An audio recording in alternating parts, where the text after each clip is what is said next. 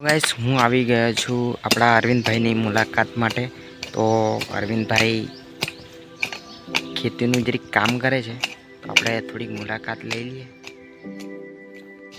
તો તમે અરવિંદભાઈને જોઈ રહ્યા છો। અરવિંદભાઈ રીંગણીઓને ગોળ મારે છે, જોરદાર।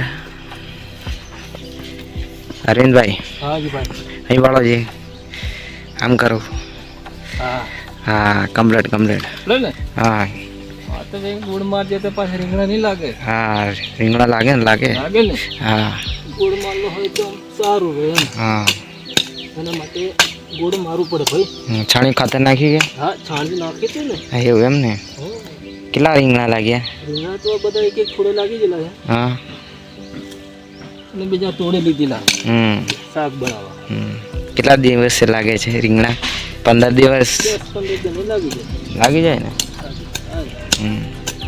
ત્યાં નાના લાગે કે મોટા આ પેલા ગોળ ગોળ ગોળ ભૂટવા હા ભૂટવા એમ ને સરસ સરસ સરસ ભૂટવા આ મકી કોની છે માલિકની જ છે આ તમારી મકી હા હા કેટલા વખત ખાતર મૂક્યું ખાતર તો 2 ડોઝ હતું 2 વખત મૂક્યું તો તમે જોઈ રહ્યા છો આપણા અરવિંદભાઈના ડોડા 2 વખત ખાતર મૂકી છે, જબરા જબરા ડોડા થયા છે। આર્યા એક મકીએ 2 ડોડા કાઢ્યા છે, કાળી મકી છે, કાળી બટ લાગે બહુ ખાતર મૂકી છે। આ છે આપણા અરવિંદભાઈ।